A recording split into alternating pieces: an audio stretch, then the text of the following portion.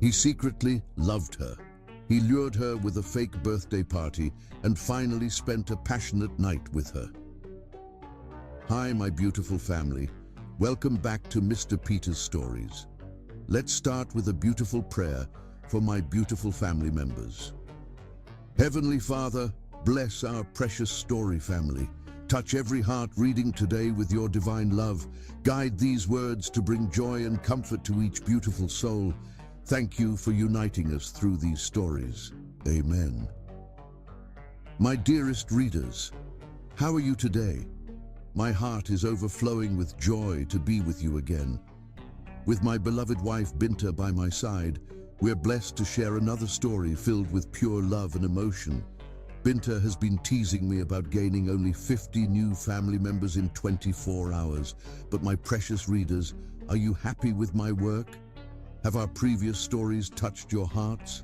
For our new family members joining us today, how did you find our loving community? If our stories bring warmth to your hearts, please share your feelings by commenting, "We are happy and satisfied." Your love and support mean everything to us. My beautiful family, how was our last story? Did it touch your soul? I pour my heart into each tale, hoping to bring joy and love to your lives. Now let us embark on today's journey together, a story crafted with pure love and deep emotions, just for you, my precious readers. With endless love and gratitude, Mr. Peter and Binta. The morning sun painted Chicago's skyline in shades of amber and gold, transforming the city's glass towers into burning pillars that stretched toward the heavens. From the 47th floor of Lawson Enterprises, Mabel Sawyer stood transfixed by the view, her slender fingers resting against the floor-to-ceiling window. 3 years as executive assistant to Bentley Lawson, and still, this view made her heart skip a beat. The early morning light caught the subtle highlights in her dark hair, creating a halo effect that would have taken any observer's breath away. But at 6:45 a.m., the office floor was empty save for her, just as she preferred it. These quiet moments before the chaos of the corporate world descended were her sanctuary. Mabel's reflection in the glass showed a woman who commanded attention without seeking it. Her charcoal pencil skirt and cream silk blouse spoke of understated elegance, while her natural hair was styled in a sophisticated crown of braids that added height to her already impressive stature. At 28, she carried herself with the confidence of someone a decade older, earned through years of proving herself in rooms where she was often the only woman of color. The gentle hum of the climate control system was interrupted by the distinctive ding of the executive elevator. Mabel didn't need to turn around to know who it was. Only 2 people had access to that elevator at this hour, and she was one of them. The other was Bentley Lawson himself. His footsteps, measured and purposeful, echoed across the marble floor. Handmade Italian leather shoes, she knew without looking. Bentley had a weakness for fine craftsmanship, something she'd learned early in her tenure when he'd tasked her with finding a replacement for his favorite cobbler who'd retired to Tuscany. "Miss Sawyer." His voice, deep and controlled, carried across the space between them like warm honey. Now she turned, a practiced smile gracing her features. Bentley Lawson stood in his office doorway, every inch the powerful CEO. His charcoal Tom Ford suit was impeccable, custom-tailored to his athletic frame. At 35, he was youngest CEO in Chicago's financial district, having built Lawson Enterprises from a modest family business into a global powerhouse. "The Jensen merger files?" he inquired, though his eyes seemed to be studying something in her face that had nothing to do with merger documents. "Already on your desk, Mr. Lawson," she replied, moving toward her own desk with practiced grace, "along with the quarterly projections you requested and the initial reports from the Singapore expansion team." She met his gaze steadily, professional as always, though something in her chest fluttered when their eyes locked. "I also took the liberty of rescheduling your lunch with Senator Harrison," she continued, settling into her ergonomic chair. His office called late last night about an emergency session on the Hill.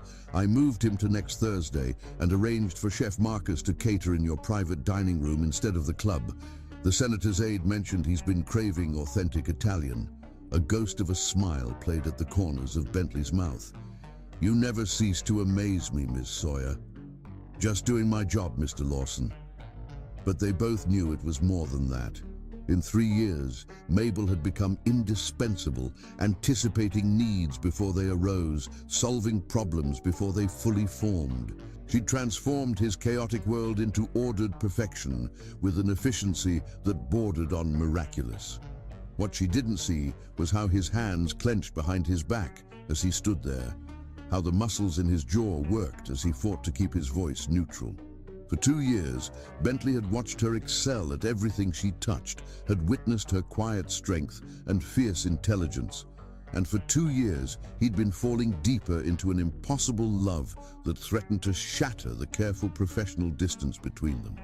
The board meeting starts in 45 minutes, Mabel reminded him, pulling up his schedule on her dual monitors. Would you like me to brief you on the updated agenda? Bentley nodded, following her into his office.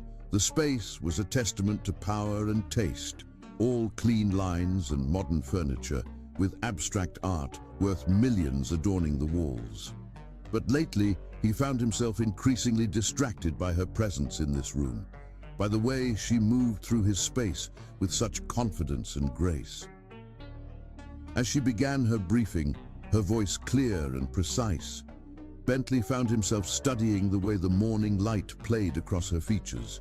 She had a small freckle just below her left ear that appeared darker in certain lights.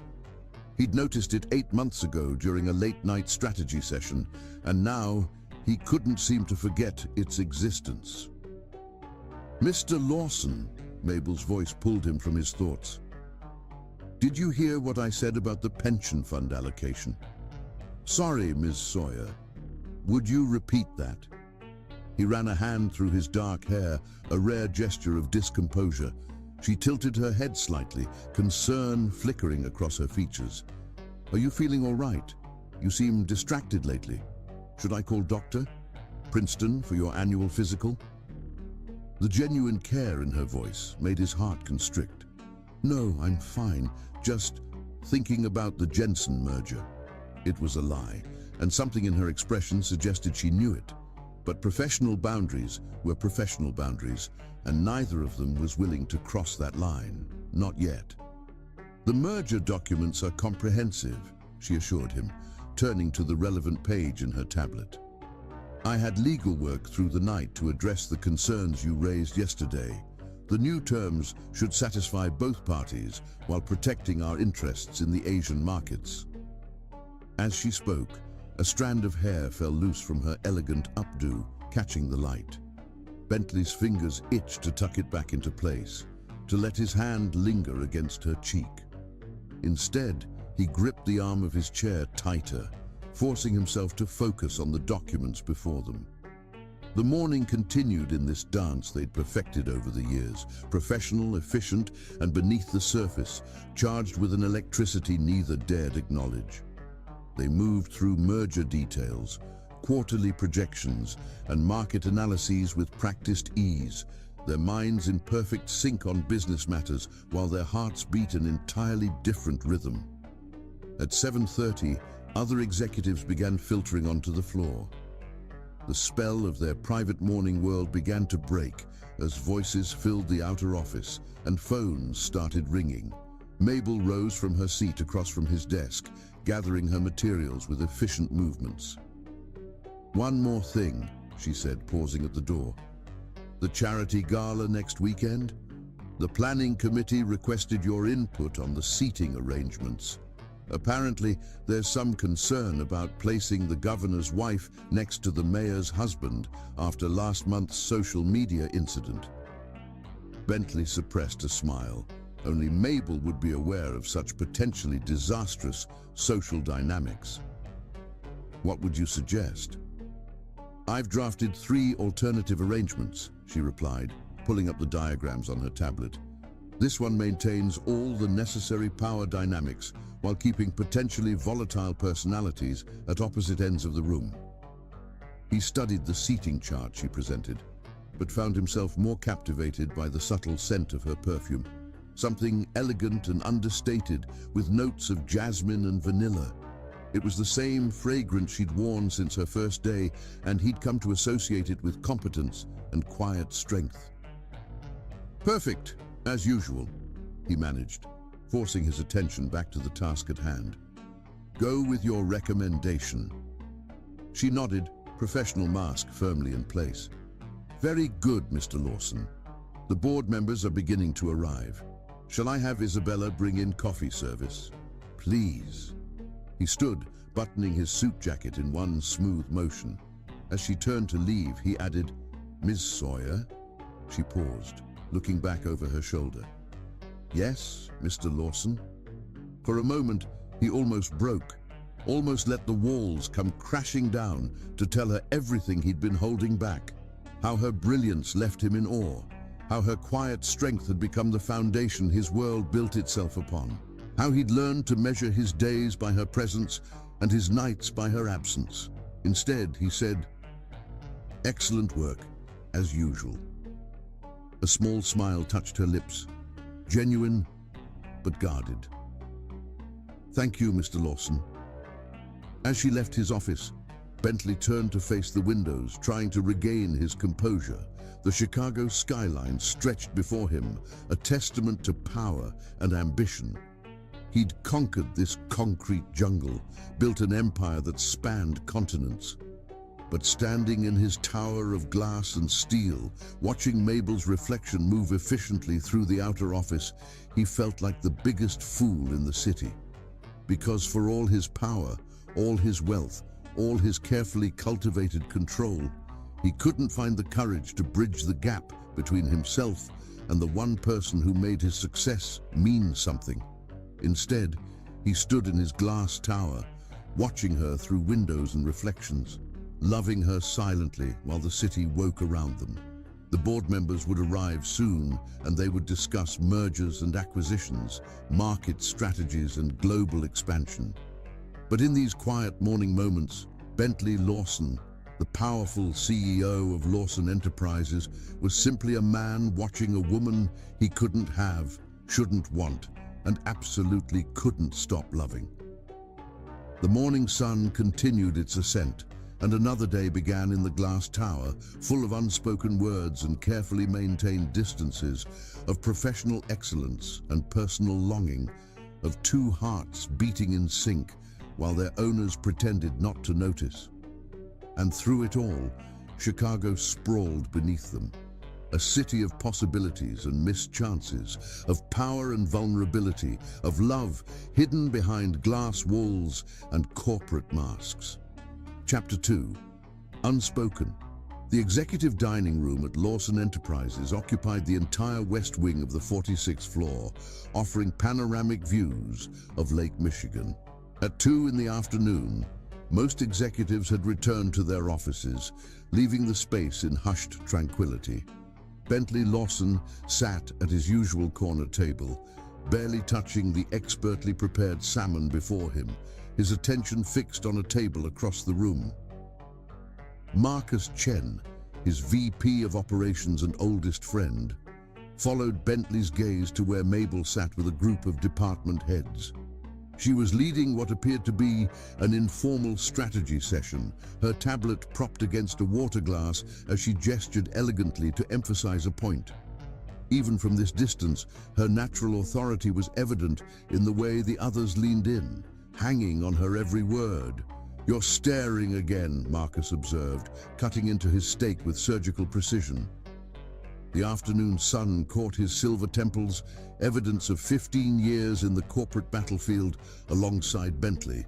Bentley forced his attention back to his untouched meal. "I don't know what you're talking about." "Please." Marcus set down his cutlery, fixing his friend with a knowing look. "I've known you since Stanford. You've never been able to lie worth a damn, at least not to me. Every lunch for the past month, you've barely touched your food because you're too busy watching her like some lovesick teenager. Keep your voice down, Bentley hissed, though no one was within earshot. The great Bentley Lawson, Marcus continued undeterred, the man who closed the Singapore merger without breaking a sweat. The shark who outmaneuvered the Peterson Group in the middle of a market crash, and he can't tell his assistant he's in love with her. He shook his head, a mixture of amusement and exasperation in his expression. You're pathetic. Bentley's jaw clenched, the muscle ticking beneath his skin. It's not that simple, Marcus. You know it isn't. Enlighten me. She's brilliant. Bentley's voice dropped lower, intense despite its softness. Harvard Business School, top of her class. She could run her own company, probably better than half the CEOs I know. She's not just some assistant. If I tell her how I feel, best case scenario, I lose the most competent executive assistant I've ever had. Worst case, he ran a hand through his dark hair. She thinks I'm another CEO preying on his employees. Across the room, Mabel's laugh carried over, warm and genuine. Bentley's hand tightened on his water glass. So instead, Marcus said slowly, you're going to pine away like a teenager who can't work up the courage to ask someone to prom. The Bentley I know doesn't hide from challenges. The Bentley you know has never faced this particular challenge. He loosened his tie slightly, a rare gesture of discomfort. You didn't see her face last week when Richardson made that comment about women in the boardroom. The contempt in her eyes. She's fought twice as hard to be taken seriously in this world. One wrong move from me and I destroy everything she's built. Marcus leaned back, studying his friend. Have you considered that maybe you're not giving her enough credit? Because for all his power, all his wealth, all his carefully cultivated control, he couldn't find the courage to bridge the gap between himself and the one person who made his success mean something. Instead, he stood in his glass tower, watching her through windows and reflections, loving her silently while the city woke around them. The board members would arrive soon, and they would discuss mergers and acquisitions, market strategies, and global expansion. But in these quiet morning moments, Bentley Lawson, the powerful CEO of Lawson Enterprises, was simply a man watching a woman he couldn't have, shouldn't want, and absolutely couldn't stop loving.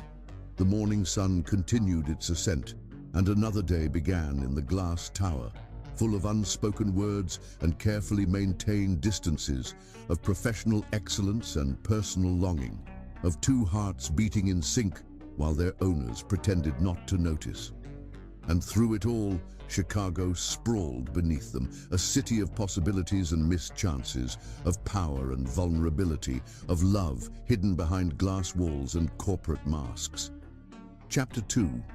Unspoken. The executive dining room at Lawson Enterprises occupied the entire west wing of the 46th floor, offering panoramic views of Lake Michigan. At 2 in the afternoon, most executives had returned to their offices, leaving the space in hushed tranquility. Bentley Lawson sat at his usual corner table, barely touching the expertly prepared salmon before him, his attention fixed on a table across the room. Marcus Chen, his VP of Operations and oldest friend, followed Bentley's gaze to where Mabel sat with a group of department heads. She was leading what appeared to be an informal strategy session, her tablet propped against a water glass as she gestured elegantly to emphasize a point. Even from this distance, her natural authority was evident in the way the others leaned in, hanging on her every word. "You're staring again," Marcus observed, cutting into his steak with surgical precision. The afternoon sun caught his silver temples, evidence of 15 years in the corporate battlefield alongside Bentley. Bentley forced his attention back to his untouched meal. "I don't know what you're talking about." "Please." Marcus set down his cutlery, fixing his friend with a knowing look. "I've known you since Stanford. You've never been able to lie worth a damn, at least not to me." Every lunch for the past month, you've barely touched your food because you're too busy watching her like some lovesick teenager. Keep your voice down, Bentley hissed, though no one was within earshot. The great Bentley Lawson, Marcus continued, undeterred. The man who closed the Singapore merger without breaking a sweat. The shark who outmaneuvered the Peterson Group in the middle of a market crash. And he can't tell his assistant he's in love with her. He shook his head, a mixture of amusement and exasperation in his expression. You're pathetic. Bentley's jaw clenched, the muscle ticking beneath his skin. It's not that simple, Marcus. You know it isn't. Enlighten me. She's brilliant. Bentley's voice dropped lower, intense despite its softness. Harvard Business School, top of her class. She could run her own company, probably better than half the CEOs I know. She's not just some assistant. If I tell her how I feel, best case scenario, I lose the most competent executive assistant I've ever had. Worst case, he ran a hand through his dark hair. She thinks I'm another CEO preying on his employees. Across the room, Mabel's laugh carried over, warm and genuine. Bentley's hand tightened on his water glass. So instead, Marcus said slowly, you're going to pine away like a teenager who can't work up the courage to ask someone to prom. The Bentley I know doesn't hide from challenges. The Bentley you know has never faced this particular challenge. He loosened his tie slightly, a rare gesture of discomfort. You didn't see her face last week when Richardson made that comment about women in the boardroom, the contempt in her eyes. She's fought twice as hard to be taken seriously in this world. One wrong move from me, and I destroy everything she's built. Marcus leaned back, studying his friend.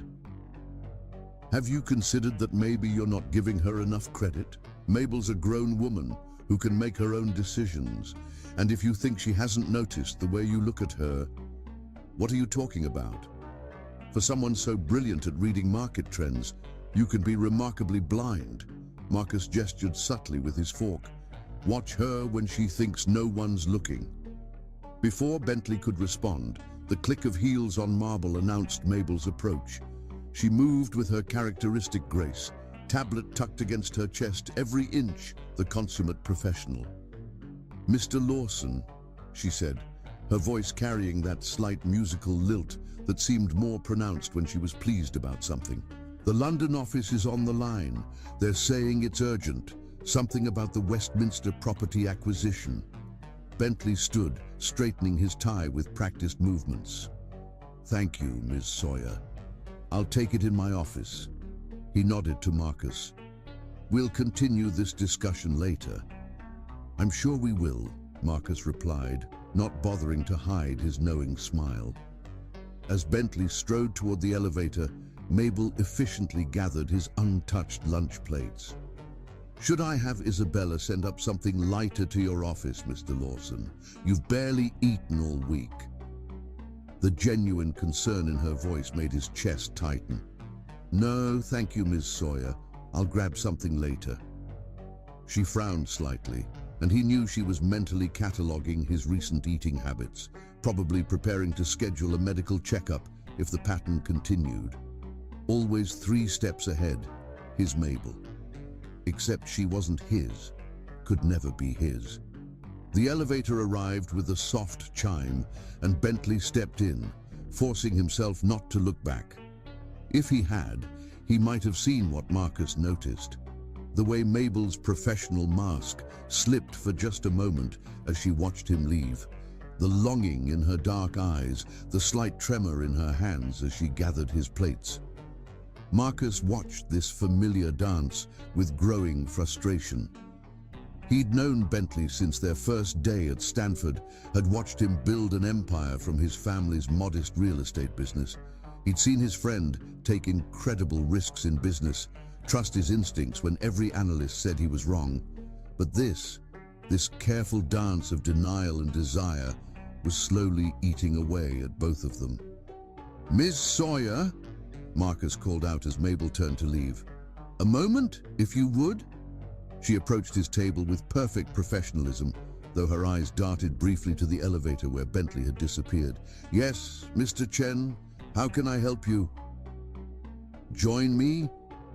He gestured to the empty chair. "There's something I'd like to discuss about the Asian market expansion." For a moment, he thought she might decline. Her schedule was typically packed tighter than a congressional hearing. But after a brief hesitation, she sat, arranging herself with that innate elegance that seemed to follow her every movement. "I've been reviewing the preliminary reports," she began, but Marcus held up a hand. "This isn't about business, Mabel. At least, not the kind that shows up on quarterly reports." She stilled, her expression carefully neutral. "I'm not sure I understand, Mr. Chen." "Marcus, please, we've worked together for 3 years. He studied her face, seeing now what his friend saw, the quiet strength, the sharp intelligence behind those expressive eyes. "How long are you two going to keep this up?" "I'm afraid I don't follow." "You're both brilliant people," Marcus said quietly, "but watching you dance around each other is becoming painful. Someone needs to make the first move, and we both know it won't be him." A flash of something, pain, longing, crossed her features before being smoothly concealed. "Mr. Chen, Marcus, I think there's been a misunderstanding. Mr. Lawson and I have a purely professional relationship. And that's why your hands shake every time he stands too close, why he can't eat when you're in the room because he's too busy watching you, why both of you look at each other like you're dying of thirst and the other is water." Color bloomed high on her cheekbones, but her voice remained steady.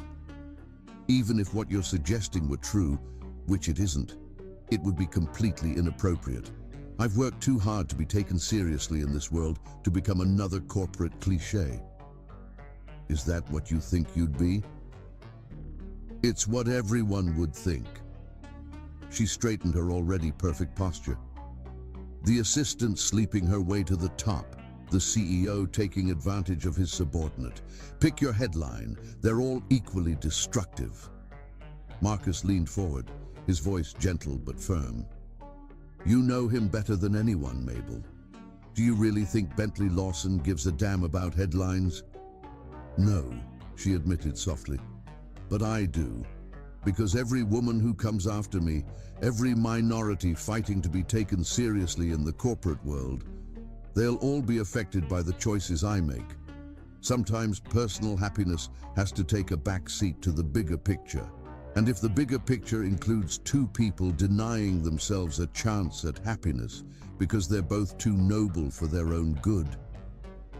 Mabel stood, smoothing her skirt with hands that trembled slightly. "The London office is waiting for Mr. Lawson. I should go make sure he has everything he needs for the call." "Of course." Marcus watched her gather herself, the professional mask sliding back into place. "Just remember, Mabel, sometimes the bravest thing we can do is admit what we want." She paused, looking down at him with those intelligent eyes. "What we want isn't always what's right, Marcus. You of all people should understand that." As she walked away, her heels clicking a precise rhythm on the marble floor, Marcus shook his head. 2 brilliant people, both too honorable, too concerned with doing the right thing to see that sometimes the right thing and the heart's desire could be one and the same.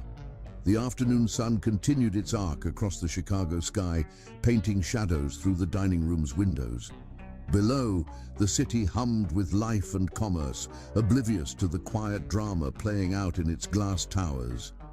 And somewhere 46 floors up, 2 hearts beat in syncopated longing, while their owners maintained their careful distance, each believing they were protecting the other from something that might actually save them both. Marcus finished his lunch in thoughtful silence, watching the play of light and shadow across the lake. He'd seen his friend weather market crashes and hostile takeovers, had watched him build an empire with nothing but guts and brilliance. But this careful dance of denial between 2 people so obviously meant for each other, this might be what finally brought the great Bentley Lawson to his knees. The question was, when they finally stopped dancing around each other, would it be too late? Or would it be the beginning of something even greater than the empire they'd built together? Only time would tell, and in the meantime the dance continued, set to the rhythm of heartbeats and elevator chimes, of professional courtesies and unspoken desires, of two souls recognizing each other but too afraid to acknowledge what they saw. Up in his office, Bentley stood at his window, phone pressed to his ear, half listening to London drone on about property values and market fluctuations. His eyes were fixed on the lake, its surface a mirror of everything he wanted but couldn't have. And 20 feet away, separated by glass and propriety, Mabel sat at her desk, her own heart echoing the same quiet longing, while Chicago's afternoon light painted them both in shades of gold and shadow. Chapter 3. The Birthday Deception. The city lights blurred into streaks of gold and silver as Bentley stood at his penthouse windows, watching night descend over Chicago. His reflection stared back at him, accusing in its clarity. The plan had seemed so simple in his mind, an intimate dinner, a chance to finally speak honestly. But first, he needed a reason to see her outside the office walls that kept them safely distant. The week had been a torture of almost moments. Brushed fingers as she handed him documents, shared glances across conference rooms, the scent of her perfume lingering in his office long after she'd left. Each interaction wound the tension tighter until he felt he might snap from the strain of maintaining their careful professional distance. His phone buzzed. Another message from Marcus. "Did you do it yet?" Bentley's jaw clenched as he typed back, "Working on it." The response was immediate. Coward. He couldn't argue with that assessment. Here he was, the man who'd built a billion-dollar empire, afraid to have an honest conversation with the woman who'd become the center of his world. The irony wasn't lost on him. The penthouse felt cavernous in its emptiness, the modern furniture and expensive art doing nothing to warm the space.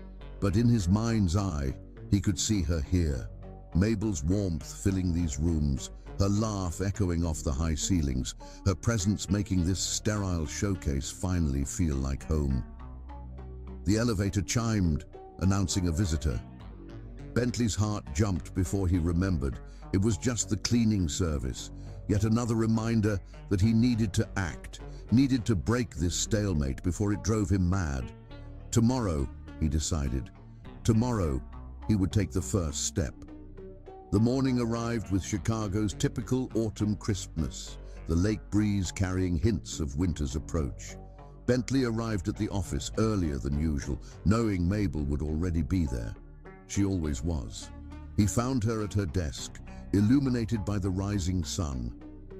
She wore deep burgundy today, the color rich against her skin, and her hair was swept up in one of those elegant styles that made his fingers itch to discover how it would fall loose around her shoulders.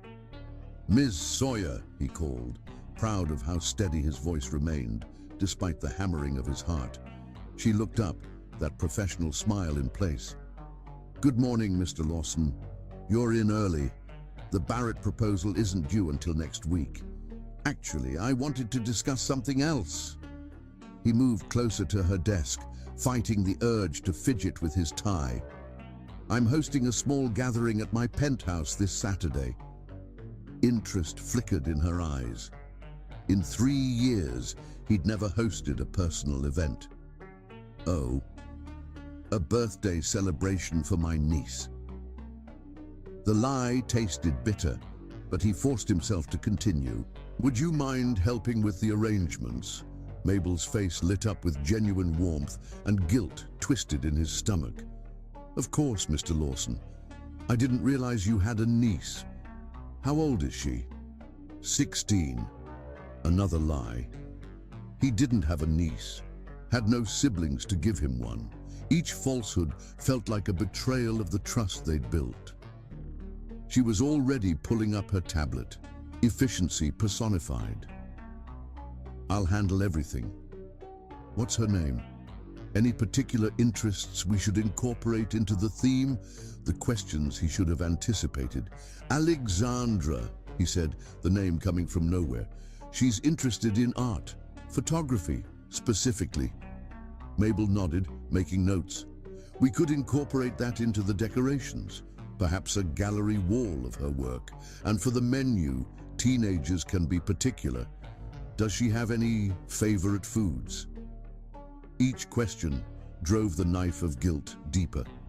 She's not picky. Simple elegance would be best. Of course. What time should I arrive to help set up? 7 would be perfect. He forced himself to meet her eyes, wondering if she could see the deception in his. I'll take care of everything, she assured him, already typing rapidly on her tablet. Leave it to me. The genuine enthusiasm in her voice made him want to confess everything right there. Instead, he retreated to his office, feeling like the worst kind of coward.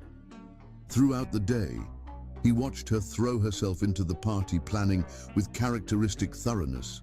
She contacted high-end caterers, researched photography-themed decorations, and coordinated with his building security about guest access. Each detail she perfected was another weight on his conscience. Mr. Lawson. Her voice pulled him from his brooding late that afternoon. I've put together some options for the cake. Since Alexandra is interested in photography, I thought we could do something with an antique camera theme. The pastry chef I spoke with has experience with these artistic designs. She laid out several sketches on his desk, each more thoughtful and elegant than the last. The care she put into every detail, all for a celebration that didn't exist, made him feel physically ill. These are perfect, he managed. Choose whichever you think best. Are you sure?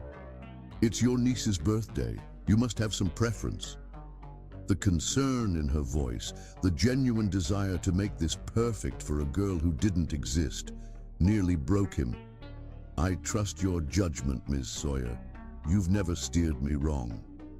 She beamed at the praise, and he had to look away. What kind of man lies to the woman he loves? The rest of the week passed in a blur of preparations and guilt. Mabel coordinated everything with her usual efficiency, while Bentley watched and hated himself a little more with each passing day.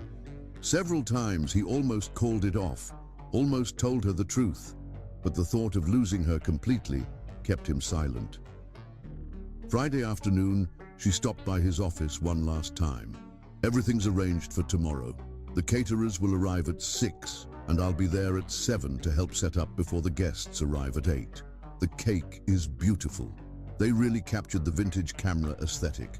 And the florist found these amazing arrangements that incorporate old film rolls into the design. Alexandra is going to love it. The pride in her voice, the genuine joy she took in creating this perfect celebration, made his chest ache. Thank you, Ms. Sawyer. This is above and beyond. Not at all. It's nice, actually. A soft smile played at her lips. Seeing this side of you, the doting uncle, it's humanizing. The irony of that statement wasn't lost on him. Will you need anything else tonight?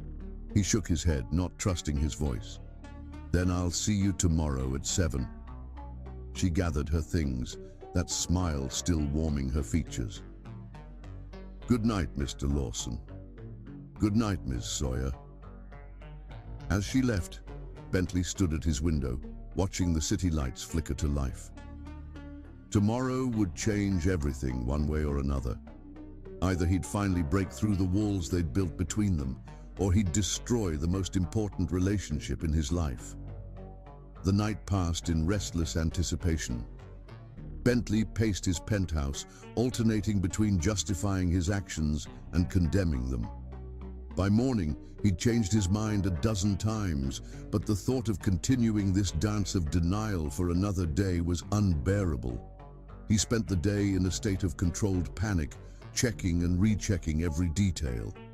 The dining room table was set for 2, with his finest china. Candles waited to be lit. A bottle of her favorite wine, noted during a business dinner 2 years ago, chilled in the wine fridge.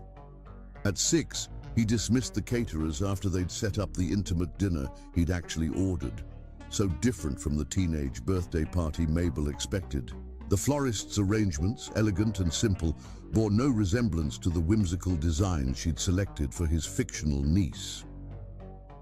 As 7 o'clock approached, Bentley stood at his windows, watching the city sparkle beneath him. Every light seemed to mock him, reminding him of the web of lies he'd woven, but it was too late to turn back now. The elevator chimed, and his heart stopped. Mabel stepped out, arms full of party supplies, her face glowing with excitement. She wore a deep blue dress he'd never seen before, elegant and understated, clearly chosen to be professional, yet festive for a teenage birthday party. "Mr. Lawson," her voice carried through the darkness.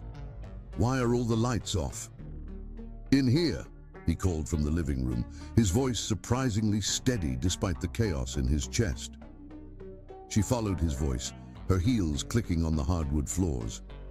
The moment she entered the room, he saw the confusion register on her face. No decorations, no photography theme, just a table set for two, candlelight casting intimate shadows.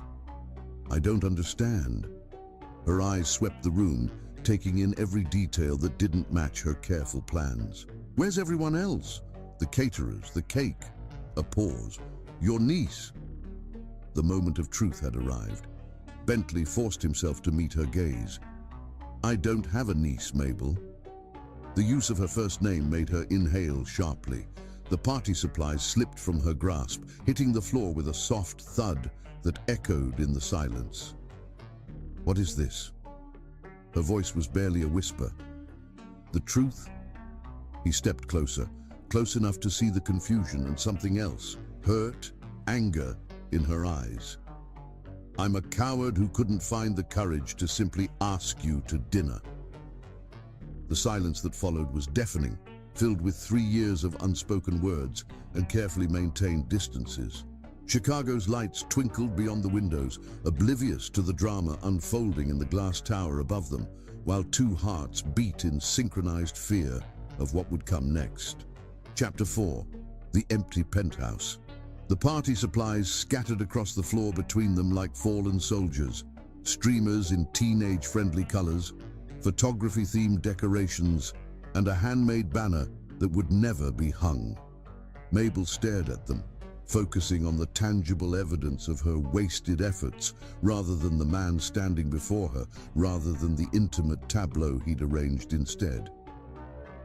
The penthouse stretched vast and silent around them, 47 floors above Chicago's bustling streets.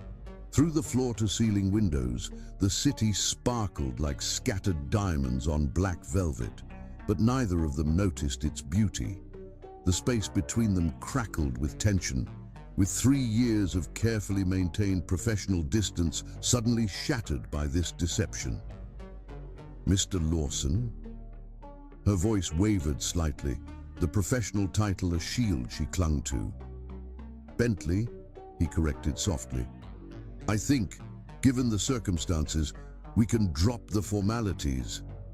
She shook her head, taking a step backward. Her heel caught one of the fallen streamers, and she had to catch herself against the wall. The momentary loss of composure seemed to anger her more than his deception. "The circumstances?" A bitter laugh escaped her.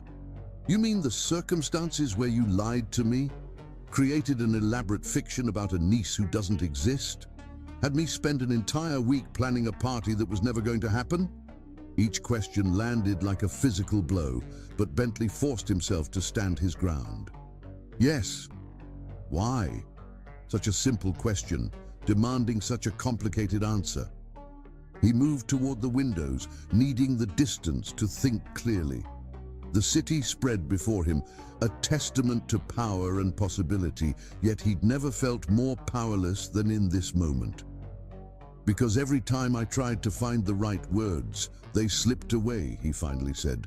"Because every morning I walked into that office planning to tell you how I felt, and every evening I left, having failed again. Because the thought of losing you completely was worse than the torture of having you at arm's length. So you chose deception instead? The hurt in her voice cut deeper than anger would have. 3 years, Mr. Lawson.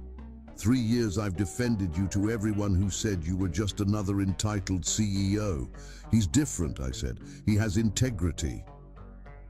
The echo of her earlier words to Marcus twisted in his chest.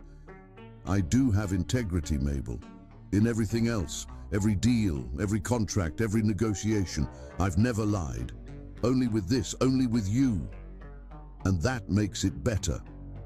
She pushed away from the wall, anger giving her movements a fluid grace that captivated him despite the circumstances. Do you have any idea what this week has been like? Watching you pretend to care about party details, seeing this supposed softer side of you that I thought I was finally being allowed to glimpse. Her words hit him with the force of revelation. Of course, she'd seen this fake party as a chance to know him better, to see beyond the corporate mask, and he'd twisted that opportunity into another lie. I'm sorry, he said softly. I never meant to what? To hurt me? To make me feel like a fool? She gestured at the scattered supplies. Do you know how much thought I put into every detail? The cake design that incorporated vintage cameras because your fictional niece loved photography. The special arrangements with security to handle teenage guests in a high-security building. The hours spent researching age-appropriate entertainment that wouldn't bore the adults. Each detail she listed was another indictment of his cowardice. The candlelight caught the unshed tears in her eyes, making them sparkle like the city lights beyond the windows. I wanted it to be perfect, she continued, her voice dropping to a whisper, because it was the first time you'd trusted me with something personal, something beyond contracts and mergers. And it was all a lie. Not everything was a lie. He took a step toward her, then stopped when she tensed. The trust is real, Mabel. You're the only person I trust completely, except to tell me the truth.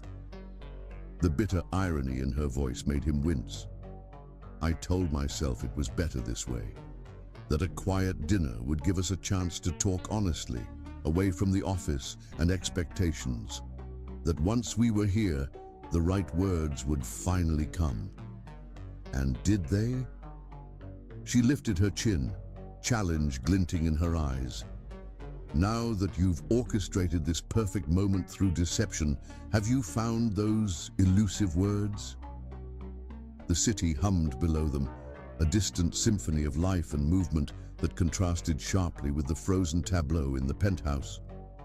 Bentley looked at her, really looked at her, taking in the elegant blue dress she'd chosen so carefully for a celebration that would never happen, the way the candlelight played across her features, the hurt and anger and something else, something deeper in her eyes.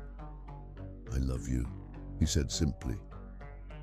The words he'd held back for so long fell into the space between them like stones into still water. I've loved you for so long, I can't remember what it felt like not to love you. She inhaled sharply, color flooding her cheeks. Don't.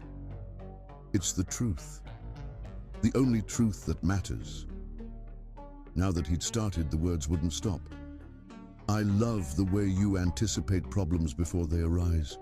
The way you handle difficult people with such grace. The way you remember every detail about everyone, from the board members' grandchildren's names to the security guard's favorite coffee order. Please stop. Her voice shook. I love watching you work, seeing that brilliant mind of yours tackle each challenge. I love that you're the first person I want to share good news with, and the only person I trust to help me through the bad. I love. Stop. The word exploded from her with such force that they both flinched. You don't get to do this. You don't get to lie to me for a week and then stand there declaring your love like some romantic hero. Then tell me what I should do. He spread his hands in supplication. Tell me how to fix this. Fix this? She laughed, but the sound held no humor. You can't fix deception with more pretty words, Mr. Lawson. Trust, once broken, isn't easily repaired. Give me a chance to try. He took another step toward her, encouraged when she didn't retreat. One honest conversation. That's all I'm asking for. We've had thousands of conversations. Professional ones, yes. Safe ones. Conversations with carefully maintained boundaries and professional titles. He gestured to the city beyond the windows. But out there, beyond these glass walls and corporate masks, we could be so much more. Could we? Her voice was soft, thoughtful. Or would we destroy everything we've built? 3 years of trust and respect and professional accomplishment, all gone because you couldn't be honest with me from the start. The question hung between them, heavy with possibility and regret. Chicago's lights continued their eternal dance, casting shifting shadows across the penthouse floor, across the scattered remnants of a party that would never happen, across two people standing on the precipice of something that could either save or destroy them. I don't have an answer, Bentley admitted finally.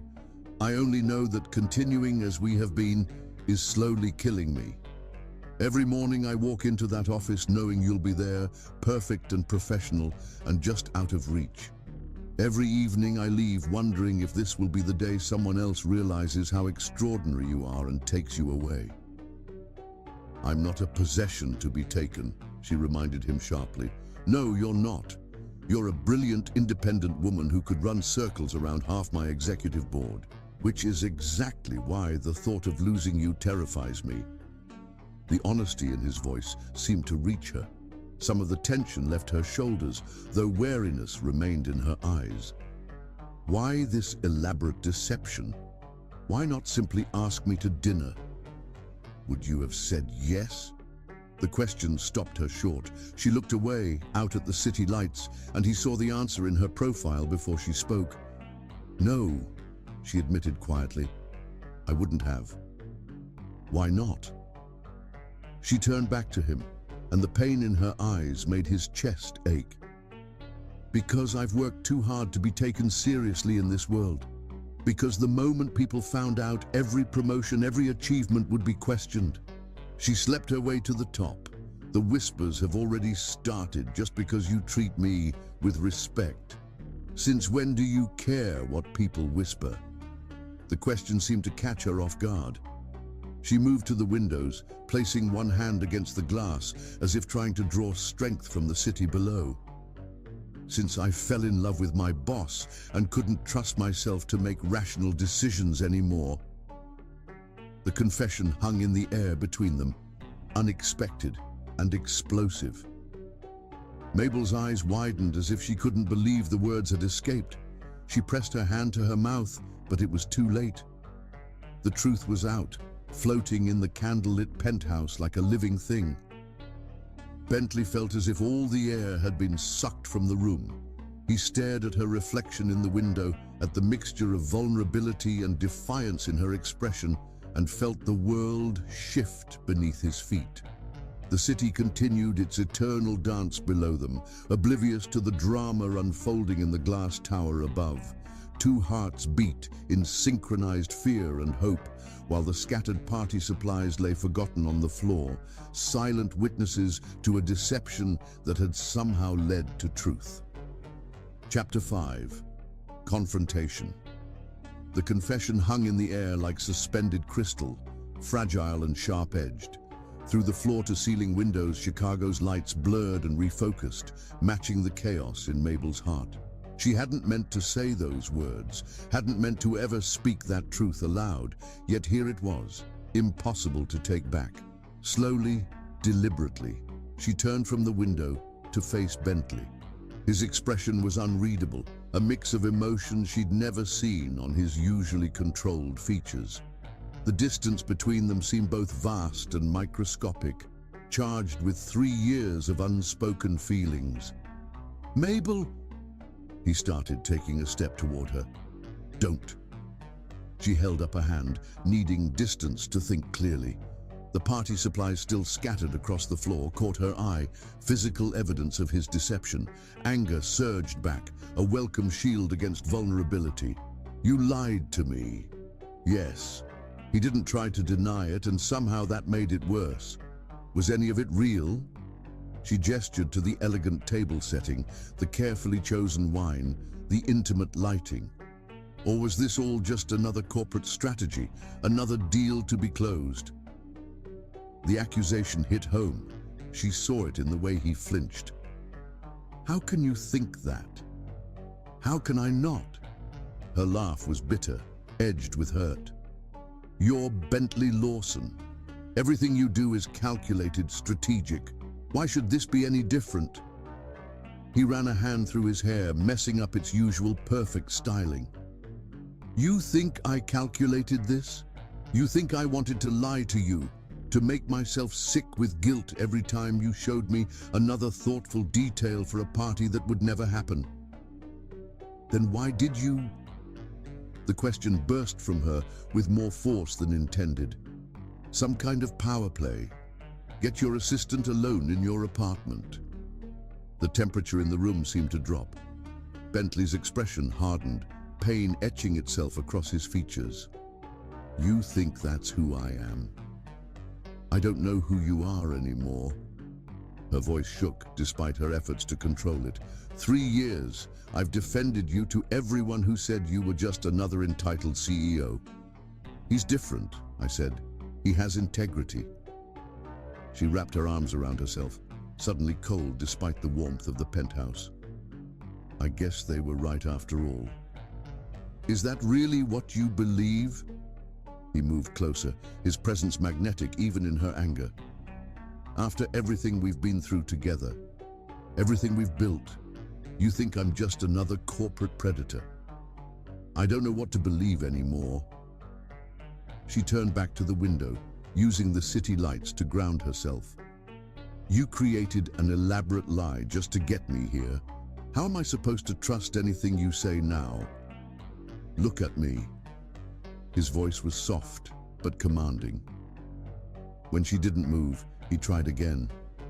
Please, Mabel. Look at me. Slowly she turned.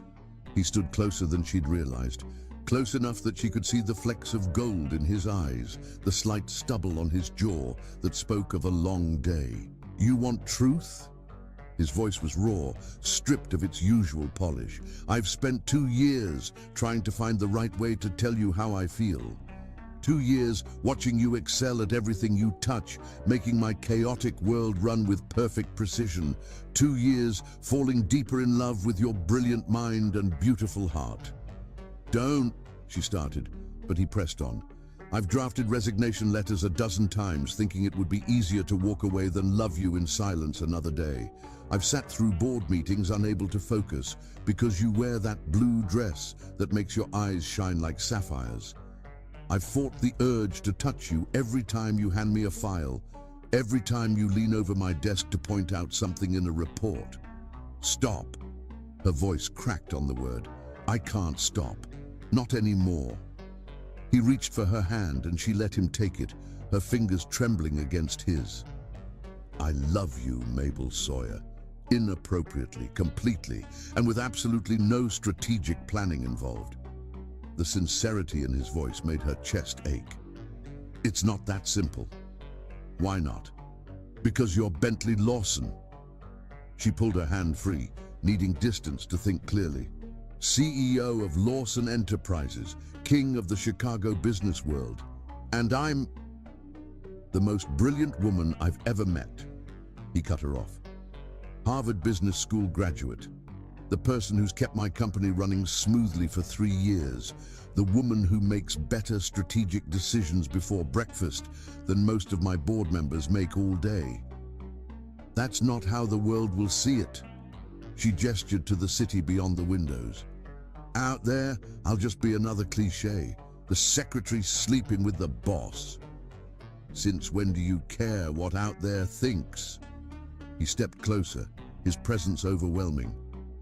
The Mabel Sawyer I know has never let anyone else's opinions dictate her choices.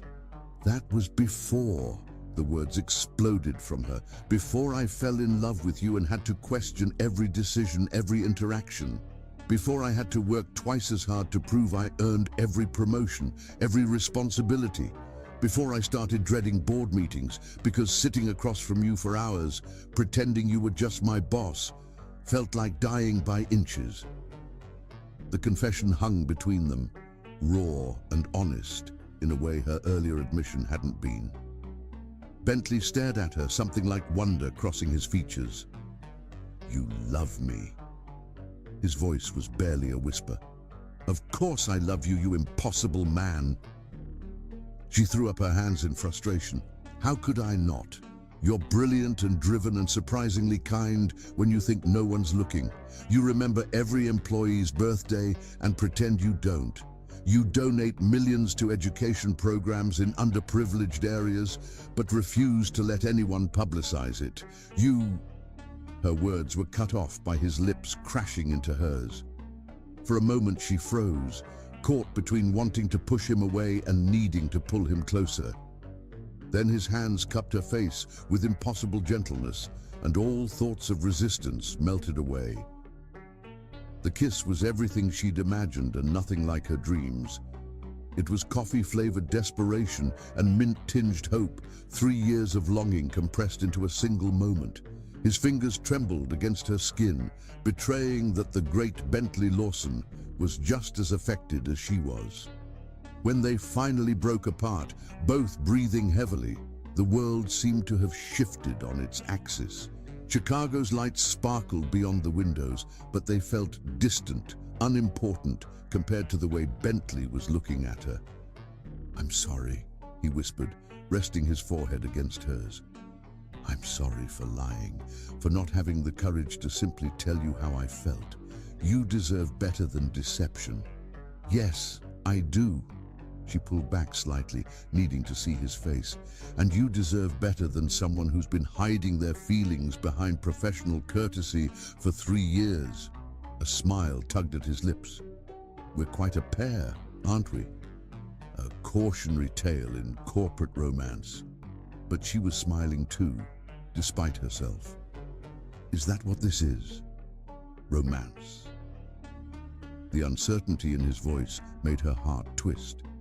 This was Bentley Lawson as she'd never seen him, vulnerable, unguarded, waiting for her answer, as if it held the key to his entire world. "I don't know," she admitted honestly. "I just know that I'm tired of pretending. Tired of maintaining professional distance when all I want is to be close to you. Tired of acting like my heart doesn't race every time you say my name." "Mabel," he breathed, and yes, there was that flutter in her chest. "But I'm also scared," she continued. "Scared of losing everything I've worked for. Scared of becoming another corporate gossip story. Scared of losing you completely if this goes wrong." He brushed a thumb across her cheek, catching a tear she hadn't realized had fallen. What if it goes right? The question hung between them, full of possibility and promise. Beyond the windows, Chicago continued its eternal dance of light and shadow, oblivious to the drama unfolding in the glass tower above. But in that moment, wrapped in the warmth of Bentley's arms, Mabel felt like they were the only two people in the world who mattered. The scattered party supplies still lay forgotten on the floor, silent witnesses to a deception that had somehow led to truth. And as Bentley drew her in for another kiss, slower and sweeter than the first, Mabel realized that sometimes the most beautiful truths emerge from the messiest lies. Chapter 6. The truth breaks. The storm outside was building, dark clouds gathering over Chicago's skyline like harbingers of change. Inside the penthouse, Bentley felt like he'd been struck by lightning. Mabel's words echoed in his mind, impossible yet undeniable. "You love me?" His voice was barely a whisper, filled with wonder and disbelief. "Loved," Mabel corrected, though her heart screamed at the lie. Past tense. The word hit him like a physical blow. He laughed, but the sound was hollow, edged with pain. "I've spent 2 years trying to find the right way to tell you how I feel." His hands clenched at his sides. "Instead, I managed to destroy everything in one night. Why didn't you just tell me?" Her voice was soft, vulnerable in a way he'd never heard before. He moved to the windows, watching the storm clouds roll in. "Because you're extraordinary, Mabel. You could run circles around half my executive board. I didn't want you to think I was another cliché, the boss pursuing his secretary. So instead you lied." She stepped closer, anger flashing in her eyes. "Created this elaborate deception." She gestured to the romantic table setting, the carefully chosen wine. "That's so much worse." Lightning flickered across the sky, illuminating his tortured expression. I know it was wrong. But every time I tried to find the right words, all I could think about was losing you completely." "And now?" The question hung between them, heavy with possibility. "Now?" He turned to face her, raw honesty in his expression. "Now, I've probably lost you anyway. The irony isn't lost on me." Thunder rumbled overhead as Mabel wrapped her arms around herself. "You haven't lost me," she admitted softly, surprising them both. His head snapped up, hope flickering in his eyes. "What? If I'm being honest, and apparently that's what we're doing now, you could never lose me completely." She moved to the windows, her reflection overlaying the stormy cityscape. "That's what terrifies me most. No matter what you do, no matter how angry or hurt I am, there's a part of me that will always belong to you." The confession hung between them, electric as the lightning outside. Bentley took a cautious step toward her. "Why does that frighten you?" "Because I've worked so hard to be independent, to stand on my own merits." She turned to face him, tears glistening in her eyes. "The thought of being so completely bound to another person, especially my boss, goes against everything I've built my life around." "You think loving someone makes you less independent?" "In our world, yes." She gestured to the city beyond the windows. "The moment anyone finds out about us, everything changes. Every promotion, every achievement will be questioned. People will assume I slept my way to the top. Since when do you care what people assume? Since it started affecting more than just me." The words exploded from her with unexpected force. "Do you have any idea how many young women look up to me? How many minorities in corporate America watch my career as proof that it's possible to succeed on merit alone?" Understanding dawned in his eyes. "You're worried about letting them down." "I'm worried about reinforcing every stereotype I've spent my career fighting against." She moved to the elegant table he'd set, running a finger along the fine china. The female executive sleeping with her boss. The minority who only advanced through sexual favors rather than talent. "Anyone who knows you knows that's ridiculous." "Is it?" She whirled to face him. "You've never had to prove yourself the way I have. Never had to work twice as hard just to be taken half as seriously. Never had your every achievement questioned because of how you look or who you love." The truth of her words hit him like a physical blow. He'd known abstractly about the challenges she faced, had even admired how gracefully she handled them, but hearing the pain in her voice, seeing the weight she carried, it made his heart ache. "You're right," he said quietly, moving closer. "I can't fully understand what you've been through, but I know who you are, Mabel. Your strength, your brilliance, your uncompromising integrity. Those aren't things anyone can take from you, regardless of who you choose to love." Thunder crashed overhead, making the crystal glasses on the table vibrate. The storm had reached them fully now, rain pelting against the windows in sheets. "And what if loving you destroys everything I've built?" Her voice was barely audible over the storm. "What if it makes everything stronger?" He closed the distance between them slowly, giving her time to retreat if she chose. "What if we could build something even greater together?" "That's a big risk. The biggest risks bring the greatest rewards." He smiled slightly. "You taught me that, remember? I was talking about market expansion. I'm talking about us." He reached for her hand, and this time she let him take it. Yes, there will be challenges. Yes, people will talk. But since when has Mabel Sawyer let other people's opinions stop her from doing what she knows is right? Lightning illuminated his face, showing her the sincerity in his eyes, the vulnerability in his expression. This wasn't the polished CEO she knew from the office. This was just Bentley, raw, honest, and completely in love with her. "I'm still angry about the lie," she said, but there was less heat in her voice. "I know. I'll spend as long as it takes making it up to you." "And what about work? The board, the media when they inevitably find out? We'll face it together." His free hand came up to cup her cheek. Unless you really want to walk away. If you truly believe we can go back to how things were, I'll respect your decision." The thought of returning to their careful professional distance made her chest ache. "I don't think I can go back," she admitted. "Not now that I know what your kisses taste like." Hope bloomed in his eyes. "Then don't go back. Move forward with me." Another crack of thunder shook the penthouse, but neither of them noticed. They were lost in each other's eyes, standing on the precipice of something that could either save or destroy them both. "I'm scared," Mabel whispered. "So am I." He pressed his forehead to hers. "But I'm more scared of losing you than I am of facing whatever comes next." The storm continued to rage outside, but in that moment, wrapped in each other's arms, they found their own kind of peace. The scattered party supplies still lay forgotten on the floor, silent witnesses to a deception that had led them here, to this moment of raw truth and newfound hope.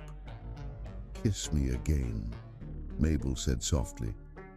And as their lips met, gentle and questioning and full of promise, the truth finally broke between them like a dam giving way.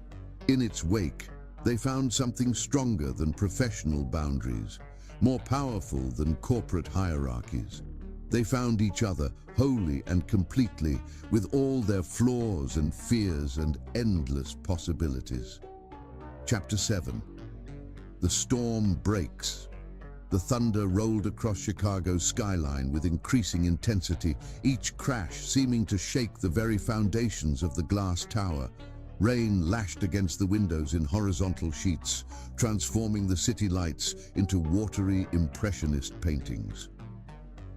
Inside the penthouse, Mabel and Bentley stood in the aftermath of their second kiss, both breathless with the weight of what had just transpired.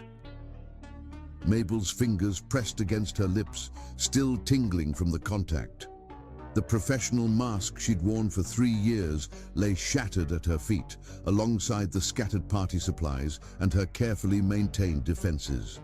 She moved to leave, needing space to think, to breathe, to process the seismic shift in their relationship. Bentley caught her arm, his touch gentle but insistent. "Let me go." "I can't." His voice was raw, stripped of its usual corporate polish. "I've spent 3 years letting you go, every single day. I'm done." Lightning flashed, illuminating the desperation in his eyes. Mabel pulled her arm free, anger flaring again. "You don't get to decide that." "Don't I get any say in this?" He followed her as she paced toward the windows. "We've both admitted how we feel. Why are you still running? Because you don't get to lie to me and then act like you're the wounded party." She whirled to face him, her reflection in the rain-streaked windows, creating the illusion of multiple Mabels, all equally furious. "You don't get to manipulate me into this situation and then demand I stay." Thunder cracked overhead, making the crystal glasses on the abandoned dinner table vibrate. Bentley ran a hand through his hair, frustration evident in every line of his body. "You're right. The deception was wrong. I handled everything wrong. But the feelings are real, Mabel. What's between us is real." "Is it?" She gestured to the elaborate setup around them. "Or is this just another corporate takeover? Another deal to be closed?" The accusation hit him like a physical blow. How can you think that, after everything we've been through together? Everything we've been through has been professional, is safe, bounded by corporate hierarchies and workplace protocols. She wrapped her arms around herself, trying to stop the trembling that had nothing to do with the storm outside. This is dangerous. Why? Because it's real. Because it forces us to acknowledge what we've both been feeling. Because it changes everything. The words exploded from her with unexpected force. The moment we cross this line, nothing will ever be the same. Every interaction, every decision, every promotion, it all becomes questionable. Lightning illuminated his face, showing her the pain her words caused. You think I'd ever compromise your professional standing? That I'd let anyone question your achievements? It doesn't matter what you'd let happen. The world will draw its own conclusions. She moved to the windows, watching the storm rage across the city. I've worked too hard to be seen as just another woman sleeping her way to the top. Is that really all you think this is? He stepped closer, his reflection appearing beside hers in the glass. A career move? No, she whispered, honesty forcing its way past her defenses. That's what terrifies me most. This isn't about career advancement or corporate politics. This is about my heart betraying everything my head knows is sensible. Thunder rolled again, closer this time, the storm directly overhead. The lights flickered ominously, shadows dancing across the penthouse floors. Tell me something, Bentley said softly, still watching her reflection. If I had simply asked you to dinner, would you have said yes? The question hung between them, heavy with implications. Mabel stared out at the storm-racked city, remembering all the times she'd caught him watching her, all the moments their hands had brushed over document exchanges, all the late nights when professional boundaries had felt paper-thin. The silence stretched, broken only by the rhythmic pounding of rain against glass and the occasional rumble of thunder. Finally, she turned to face him. No, she admitted. I wouldn't have said yes. Why not? Because saying yes would have meant admitting this was real. That what I felt for you went beyond professional admiration and respect. She laughed, but the sound held no humor. It was easier to hide behind protocols and corporate etiquette than face the truth. And what is the truth, Mabel? Another flash of lightning illuminated the room, catching the unshed tears in her eyes. The truth is that I've been in love with you for so long I can't remember what it felt like not to love you. The truth is that every morning I walk into that office knowing I'll have to pretend you're just my boss. And every evening I leave feeling like I've spent the day holding my breath. Bentley stepped closer, drawn by the raw honesty in her voice. Then why are we still fighting this? Because love isn't enough. She gestured to the city beyond the windows. Out there, in the real world, there are consequences, reputations to consider, careers at stake. Since when has Mabel Sawyer let fear of consequences stop her? He reached for her hand, and this time she let him take it. The woman I know, the woman I love, has never backed down from a challenge. This is different. But her voice wavered, uncertainty creeping in. Is it? Or are we both just hiding behind excuses because we're afraid of how right this feels? The lights flickered again, longer this time, before plunging the penthouse into darkness. In the dim city light filtering through the storm-lashed windows, they stood facing each other, hands still joined. I don't know how to do this, Mabel admitted softly. I don't know how to be your employee and your lover. I don't know how to separate professional decisions from personal feelings. Then we figure it out together. His thumb traced patterns on her palm, sending shivers up her arm. No more lies, no more hiding, just us, facing whatever comes next as partners. Partners? She raised an eyebrow, barely visible in the darkness. Is that what we are? We've always been partners, Mabel. In the office, in business decisions, in building this company to what it is today.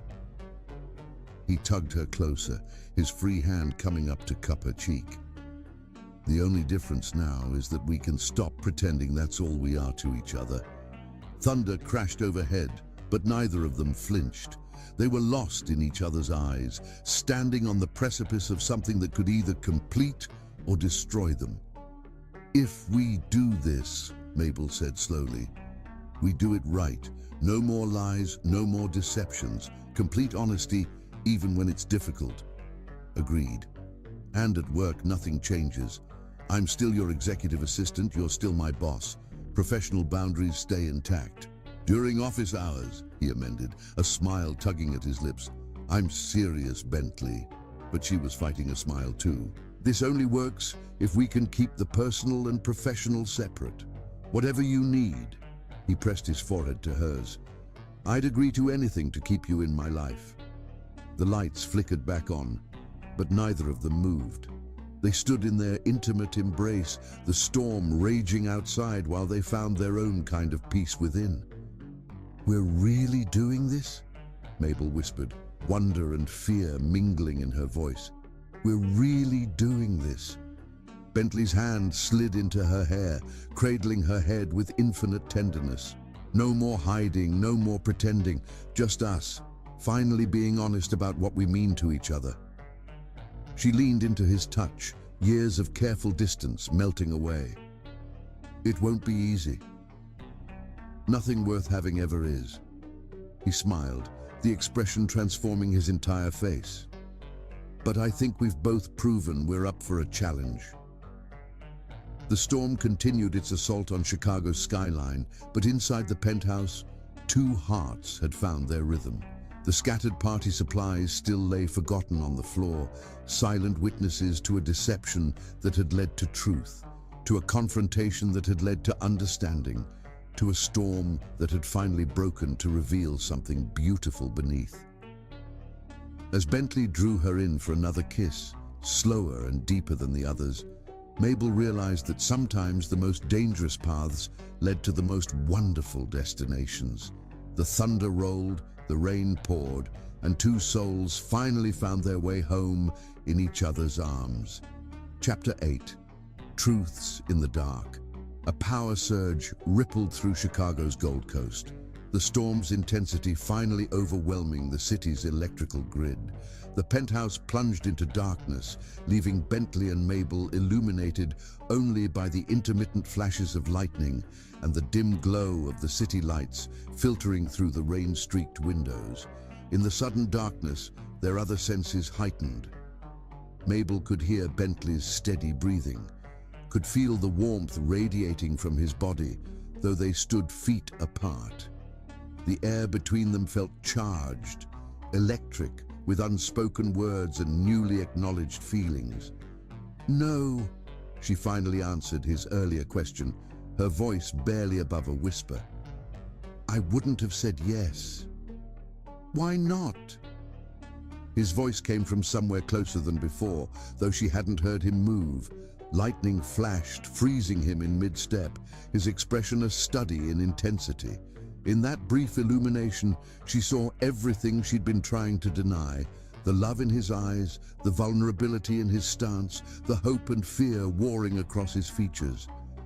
Because I've worked too hard to be taken seriously in this world. The words came easier in the darkness, as if the lack of light granted permission for honesty. Because the moment people found out, every promotion, every achievement would be questioned. She laughed bitterly. She slept her way to the top. I've heard them whisper it already, just because you treat me with respect. Thunder rolled overhead, and Mabel felt it vibrate through the floor beneath her feet. Do you know what they say in the break room? What they whisper when they think I can't hear? No wonder she gets all the best assignments. Have you seen how the CEO looks at her? Since when do you care what people whisper? Bentley's voice was closer now, though still cloaked in shadow. since I fell in love with my boss and couldn't trust myself to make rational decisions anymore. The confession echoed in the darkness, bouncing off marble floors and floor-to-ceiling windows. Lightning flashed again, revealing them standing mere inches apart, the truth finally laid bare between them. Rational? Bentley's laugh was soft, tinged with something like wonder. You want rational?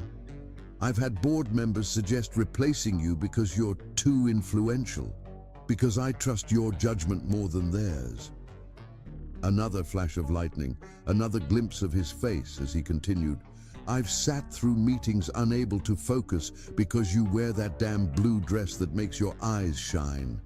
I've drafted resignation letters a dozen times, thinking it would be easier to walk away than love you in silence another day. Stop. But her protest was weak, her hand reaching for him in the darkness. No. His fingers found hers, intertwining with a certainty that belied the chaos around them. You want truth? Here it is. I love you, Mabel Sawyer. Inappropriately, completely, and with absolutely no rational thought involved. The power tried to surge back, lights flickering briefly before plunging them into darkness once more. In that brief illumination, Mabel saw the scattered party supplies still lying where they'd fallen, physical evidence of the deception that had led them here. But somehow, in the darkness, those lies seemed less important than the truths finally being spoken. Do you know when I first knew? His voice was soft, reflective. It was that day in Singapore, during the merger negotiations. You'd been up for 36 hours straight, coordinating between time zones, keeping everything running smoothly. I walked into the conference room at dawn and found you asleep at the table, surrounded by documents, your hair falling out of that elegant twist you always wear. Another flash of lightning, another glimpse of his face lost in the memory. You looked so human in that moment, so far from the perfect professional image you always maintain, and all I could think was that I wanted to see you like that every morning for the rest of my life. Mabel's breath caught. Why didn't you say something then? Because you woke up and immediately apologized for being unprofessional, started gathering the documents, fixing your hair, rebuilding those walls you keep so carefully maintained. His thumb traced patterns on her palm. I realized then that you needed those walls, that professional distance. Who was I to take that from you? And now, her voice wavered slightly. What changed? Nothing. Everything. Thunder punctuated his words. I finally realized that loving you in silence was slowly killing me.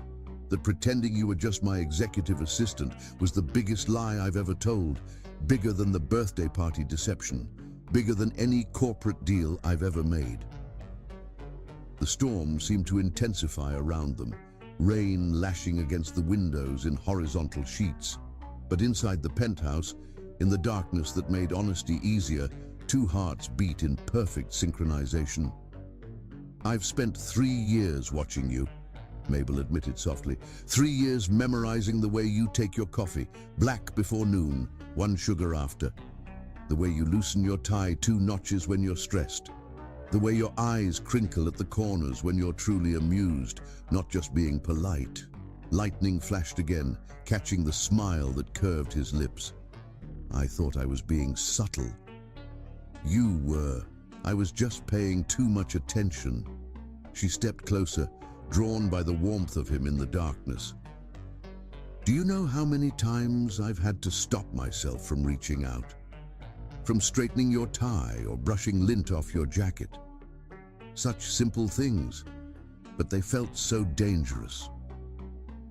Because they would have been real, he finished for her. Not professional courtesy, but genuine care. Yes. The word was barely a breath between them.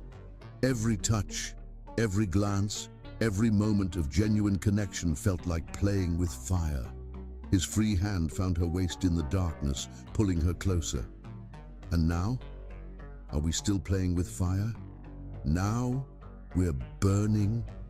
She tilted her face up to his, though she could barely see him in the darkness. "And I'm terrified of the ashes we might become." Thunder crashed directly overhead, making the windows rattle in their frames, but neither of them flinched, too lost in the gravity pulling them together. "What if we don't burn to ashes?"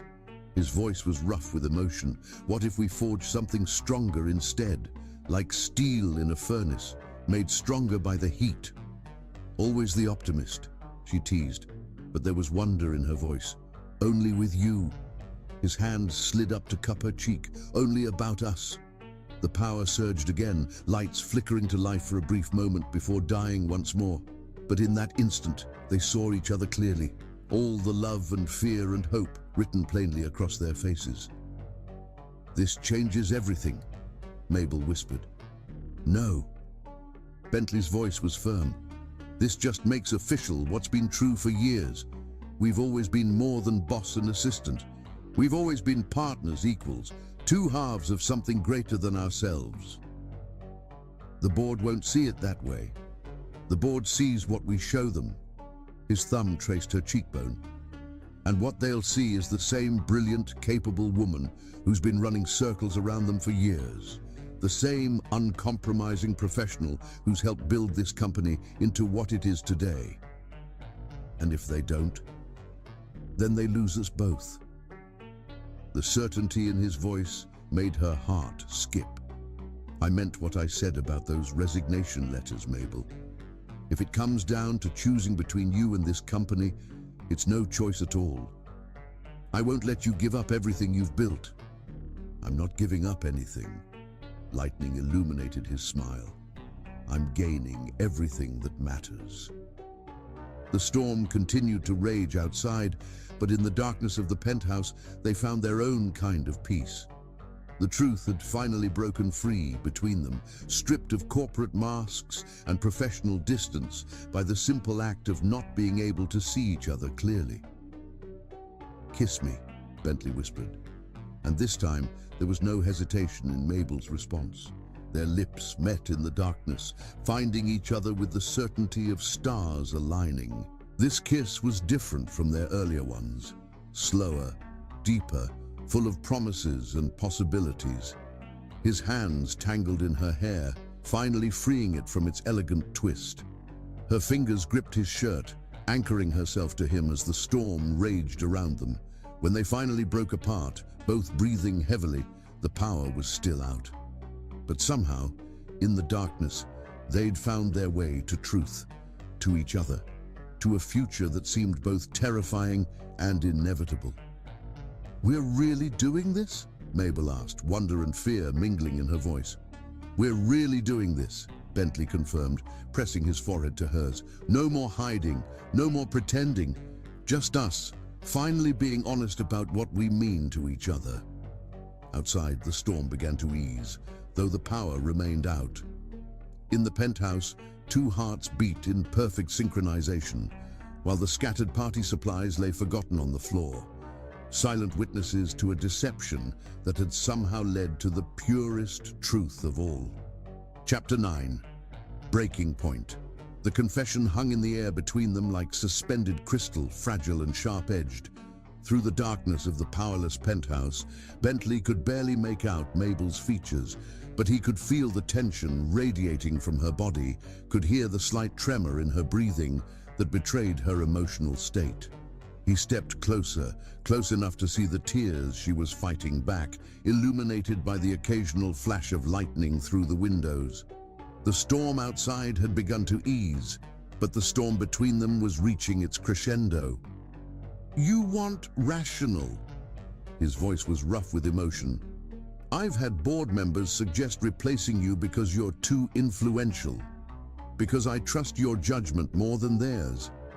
I've sat through meetings unable to focus because you wear that damn blue dress that makes your eyes shine. I've drafted resignation letters a dozen times, thinking it would be easier to walk away than love you in silence another day." "Stop!" She tried to step back, but his hands came up to frame her face, holding her gently in place. "No." The word was both gentle and firm. You want truth? Here it is. I love you, Mabel Sawyer. Inappropriately, completely, and with absolutely no rational thought involved. The power flickered briefly, giving him a glimpse of her expression. Vulnerable, afraid, and filled with a longing that matched his own. Then darkness fell again, but he could feel her trembling beneath his touch. "This can't happen," she whispered, even as her hands came up to grip his wrists, not pushing him away but holding on as if he were an anchor in a storm. "We can't happen." "Why not?" "Because it will destroy everything we've built. The company, our careers, the respect we've earned, or it could make it all stronger." His thumbs traced her cheekbones, wiping away tears she hadn't realized she'd shed. "Think about it, Mabel. Everything we've accomplished separately. Imagine what we could do together without having to hide how we feel." Lightning flashed again, illuminating the war of emotions on her face. "It's not that simple, isn't it?" He pressed his forehead to hers, breathing in the familiar scent of her perfume. "We've spent 3 years pretending, 3 years maintaining professional distance while our hearts beat in sync. 3 years loving each other in silence. Isn't that harder than just being honest?" "Honesty?" She laughed, but the sound was watery. "Like the honest birthday party you invented?" "I know." Guilt colored his voice. "I know I went about this all wrong, but the feelings behind it, the desperation to finally bridge this gap between us, that was honest. That was real." Thunder rumbled in the distance, softer now, the storm moving away from the city. But in the penthouse, the air remained charged with electricity of a different kind.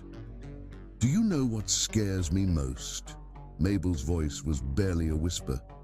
"It's not the board's reaction, or office gossip, or even potential damage to my career.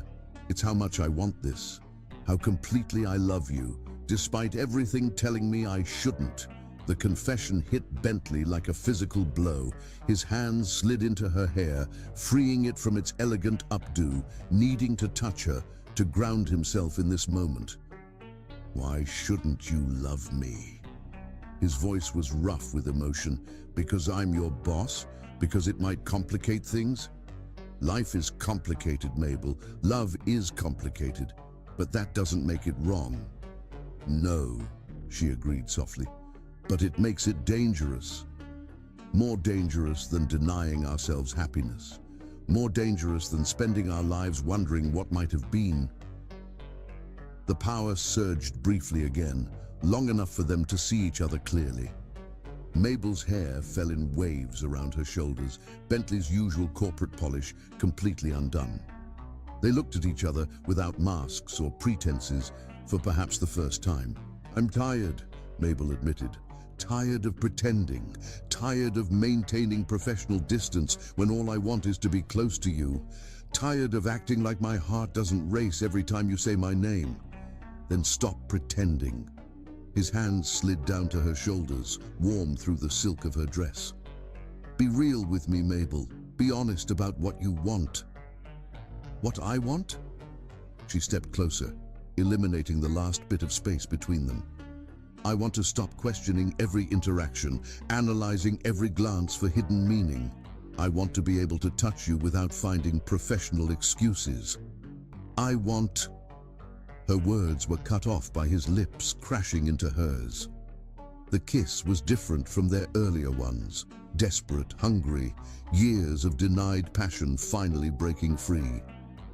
His hands tangled in her hair while hers gripped his shirt, pulling him closer as if they could erase 3 years of professional distance in a single moment. When they finally broke apart, both breathing heavily, the city lights through the windows provided just enough illumination to see each other's faces. "I love you," Bentley said again, the words falling from his lips like a prayer. "Not as my assistant, not as a corporate asset, but as the brilliant, frustrating, beautiful woman who's completely transformed my world." Mabel's hand smoothed over his chest, feeling his heart racing beneath her palm. "This changes everything." Only if we let it. He caught one of her hands, pressing it more firmly against his heart. At work, you're still the most competent executive assistant I've ever had. Nothing changes there, no favoritism, no special treatment. If anything, I'll be harder on you to prove there's no bias. And after hours? His smile was visible even in the dim light. After hours, we can finally be ourselves. No more pretending, no more professional distance, just us being honest about how we feel. The board will have questions. Let them question. His free hand traced the line of her jaw. Your work speaks for itself, Mabel. Your accomplishments, your intelligence, your dedication, those things are undeniable. Anyone who suggests otherwise will have to answer to me. I don't need you to defend me. I know. He smiled. That's one of the countless reasons I love you. You're the strongest person I know, Mabel Sawyer. You don't need anyone's protection or validation, but that doesn't mean you have to face everything alone anymore. Thunder rumbled again, more distant now, the storm moving away from the city. But in the penthouse, something else was breaking. Walls of professional distance, barriers of corporate propriety, all crumbling in the face of a love too powerful to deny any longer. Kiss me again, Mabel whispered, and this time there was no hesitation in her voice. Bentley complied, pouring 3 years of longing into the kiss. His hands framed her face while hers slid up to tangle in his hair, messing it up further. They kissed like they were making up for lost time, like they were trying to speak every unspoken word through the press of lips and sweep of tongues. When they finally separated, both breathing heavily, the power suddenly returned. Light flooded the penthouse, revealing their disheveled state, Mabel's hair wild around her shoulders, Bentley's tie completely undone, both of them looking thoroughly kissed and utterly unrepentant. No going back, Mabel said softly, though it wasn't quite a question. No going back, Bentley confirmed, tucking a strand of hair behind her ear. Only forward, together. The storm had passed, leaving Chicago washed clean in its wake. Through the windows, stars began to peek through breaks in the clouds, as if the universe itself was blessing this new beginning. The scattered party supplies still lay forgotten on the floor, but they no longer seemed like evidence of deception. Instead, they were stepping stones that had led them here, to this moment of perfect honesty, of walls finally broken, of love finally acknowledged. We should probably talk about logistics, Mabel said, ever practical even as she remained in the circle of his arms. HR protocols, disclosure forms. Bentley silenced her with another kiss, brief but tender. Tomorrow. Tonight is just for us. No corporate policies, no professional considerations. Just you and me, finally being honest about what we mean to each other. And as she smiled up at him, radiant in the restored light, Bentley knew that every risk, every moment of uncertainty, even the ill-conceived birthday party deception, it had all been worth it to reach this breaking point, this moment of perfect clarity where love finally triumphed over fear. Chapter 10. The Fall. The kiss was inevitable as gravity. One moment they were staring at each other in the newly restored light. The next, his hands were in her hair and her fingers were gripping his shirt. It was anger and longing, frustration and need, 3 years of denial crashing down in a single moment that felt both eternal and far too brief. The city sparkled beyond the windows, cleaned fresh by the passing storm. Inside the penthouse, the air was charged with possibility and the lingering scent of rain that had blown in when Mabel had arrived, carrying party supplies for a celebration that would never happen. She pulled away first, breathing hard, her lips swollen from his kisses. This is a mistake. No! Bentley pressed his forehead to hers, unwilling to let her retreat too far. Every day I didn't tell you how I felt. Those were the mistakes. His hands were still tangled in her hair, which had completely escaped its elegant updo to fall in waves around her shoulders. She'd never looked more beautiful to him than in this moment. Professional polish undone, walls finally down. It will destroy everything we've built. But her hands hadn't left his chest, fingers still gripping his shirt as if she couldn't bear to let go. Or make it stronger. He traced her cheek with gentle fingers. You once told me the biggest risks bring the greatest rewards. I was talking about market expansion, but a smile tugged at her lips despite her words. I'm talking about us. His thumb brushed across her bottom lip, feeling it tremble beneath his touch. Everything worth having involves risk, Mabel. You taught me that. She leaned into his touch, eyes closing briefly. When did you get so wise? I learned from the best. He smiled, drawing her closer. Every day for 3 years, I've watched you handle impossible situations with grace and intelligence. I've seen you turn potential disasters into opportunities. Seen you navigate corporate politics with unfailing integrity. And now, her eyes opened, searching his face. How do we navigate this? Instead of answering immediately, Bentley led her to the floor-to-ceiling windows. Chicago spread before them, a glittering tapestry of lights and possibilities. His arms wrapped around her from behind, and she allowed herself to lean back against his chest. Do you remember the Morrison deal? His voice was soft near her ear.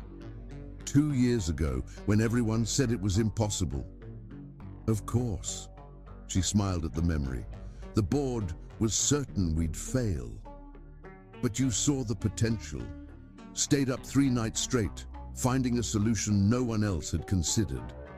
His lips brushed her temple. That's when I first realized I was in love with you. She turned in his arms, surprised. What? You came into my office at dawn, exhausted but triumphant. Your hair was falling out of its usual perfect style, your blouse was wrinkled, and you had a coffee stain on your sleeve. His smile was tender with the memory, but your eyes were shining with victory as you laid out exactly how we could make the impossible deal work. I looked a mess, she protested, but he shook his head. You looked real, human, brilliant. His hands framed her face. That's when I knew I was in trouble, because I didn't just admire your professional capabilities anymore. I wanted to see you like that every morning, wanted to be the one who brought you coffee and watched you change the world. Lightning flickered in the distance, the storm moving away from the city, but still visible over the lake. Mabel's hands came up to cover his on her face. Why didn't you say something then? Because you immediately apologized for your appearance, started trying to fix your hair, straighten your clothes. His thumbs stroked her cheeks. I realized how important those professional boundaries were to you, how hard you worked to maintain that perfect image. It was my armor, she admitted softly. Still is in many ways. I know. He pressed a gentle kiss to her forehead. That's why I tried so hard to respect those boundaries, even when it was killing me to keep my distance. She laughed softly. We've been quite a pair of fools, haven't we? The worst kind, the ones who think they're being noble.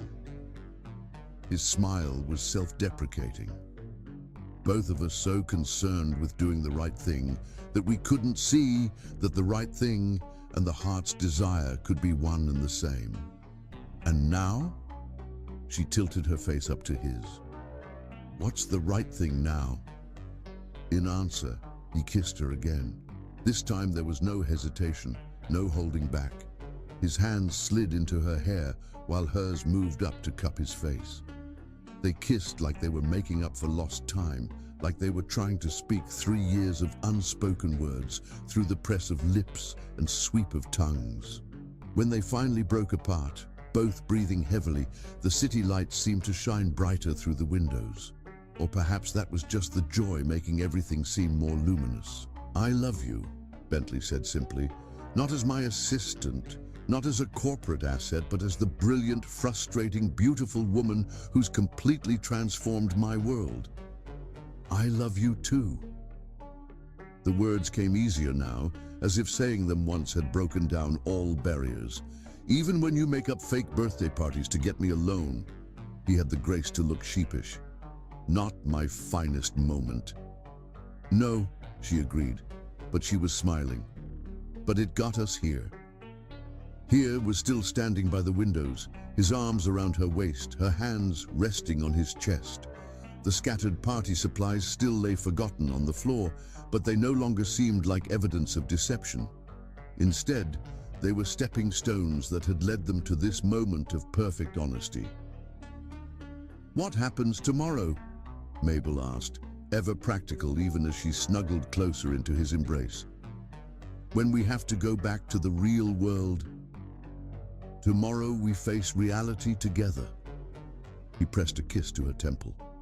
"We file the appropriate HR paperwork, maintain professional boundaries at work, and prove to everyone that we can be both excellent at our jobs and completely in love.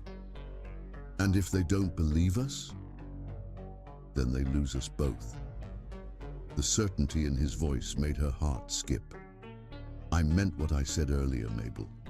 If it comes down to choosing between you and the company, it's no choice at all. I won't let you give up everything you've built. I'm not giving up anything." He smiled down at her. "I'm gaining everything that matters." The storm had moved fully away from the city now, leaving the night sky clear and star-studded above them. Chicago's lights twinkled below, a mirror image of the heavens, while in the penthouse, two hearts beat in perfect synchronization. "Dance with me?" Bentley said suddenly. Mabel laughed. "There's no music." But he was already pulling her away from the windows, one hand on her waist, the other clasping hers. "We don't need music. We've been dancing around each other for 3 years. I think we know the steps by now." And so they danced, swaying gently in the middle of his penthouse, surrounded by the scattered remnants of a fake party that had somehow led to the most real thing either of them had ever known. The city lights painted patterns across the floor, creating their own kind of music in shadows and light. "This is insane," Mabel murmured against his chest. "Completely." He pressed a kiss to her hair. "Gloriously, perfectly insane." They continued to move together, finding their rhythm as naturally as they did everything else. 3 years of working in perfect synchronization had taught them how to read each other, how to anticipate each other's movements. Now they were simply applying that knowledge to a different kind of dance. "No going back," Mabel said softly, echoing their earlier words. "No going back," Bentley agreed, pulling her closer. "Only forward, together." And as they danced in the starlight, both knew they were falling in love, falling into truth, falling into a future that seemed both terrifying and inevitable. But for the first time, they weren't fighting the fall. They were embracing it, trusting that whatever came next, they would face it together. Chapter 11. New dawn morning found them on Bentley's balcony, watching the sun rise over Lake Michigan. Mabel wore his shirt, hair wild from his fingers, while he stood behind her in just his trousers, arms wrapped around her waist. The city was waking up below them. But in their private sanctuary high above Chicago, time seemed to move at its own pace. The first rays of sunlight painted the lake in shades of gold and rose, a new day dawning in more ways than one. Mabel leaned back against Bentley's chest, feeling his heart beat steady and strong against her spine. "We need rules," she said, practical even in this intimate moment. "Anything." His lips brushed her temple. "I keep my job." She turned in his arms to face him, needing him to understand the importance of this. "No favoritism, no special treatment. If anything, you have to be harder on me than before." "Done." His eyes were serious despite his smile. "Though you should know, half the board already thinks I'm too hard on you. Marcus says I overcompensate to avoid showing favoritism." She raised an eyebrow. And do you? Probably. He tucked a strand of hair behind her ear. It was easier to be strictly professional than risk revealing how I really felt. The sun continued its ascent, casting long shadows across the balcony. Below, the city was coming to life, traffic beginning to build on the streets, early morning joggers dotting the lakefront path. "We tell HR immediately," Mabel continued, "everything transparent and by the book. Already drafted the email."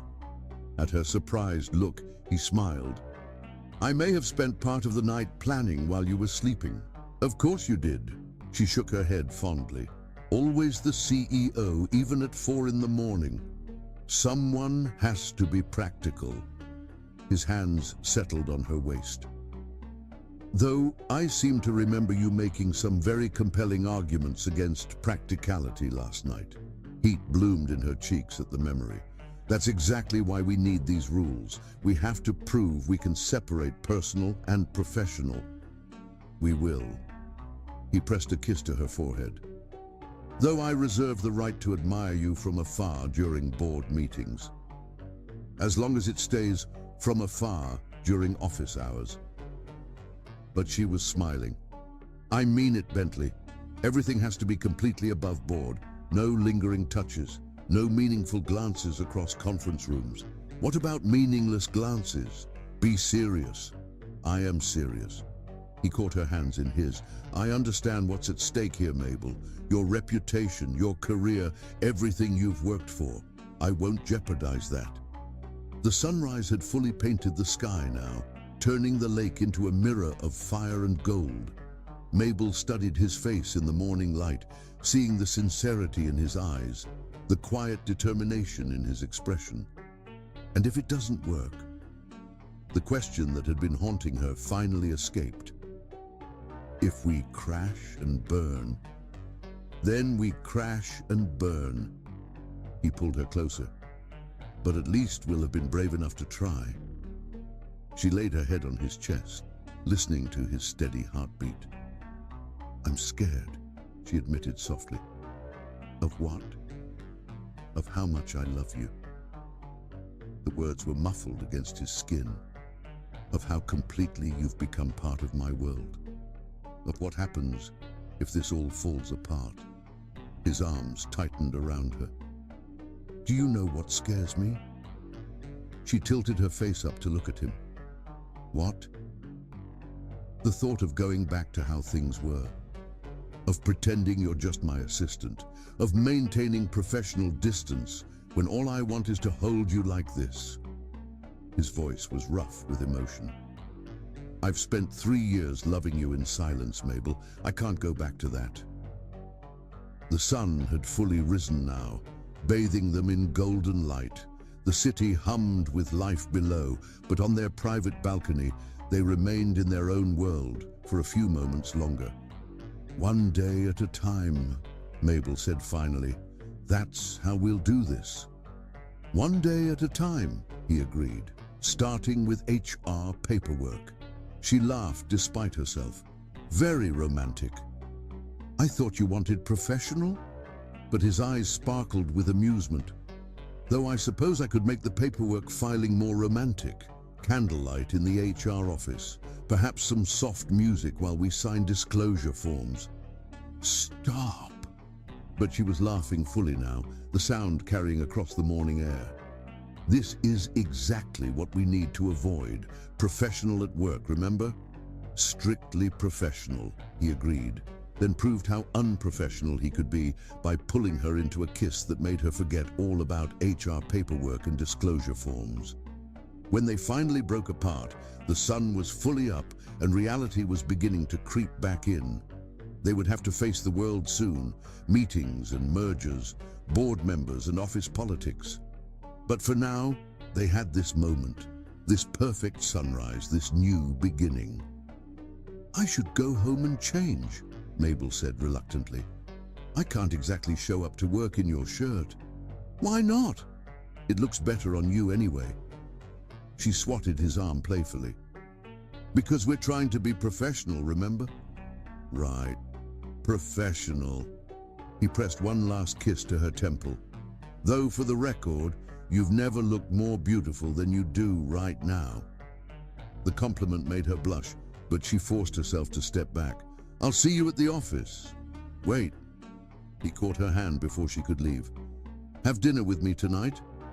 A proper date. No fake birthday parties involved. Her smile was radiant in the morning light. I'd like that. As she gathered her things and prepared to leave, Bentley watched her move through his penthouse with easy familiarity, as if she belonged there. In many ways, she did. She'd been part of his life, his world, his heart for 3 years. The only difference now was that they could finally acknowledge it. Mabel! He called just before she reached the elevator.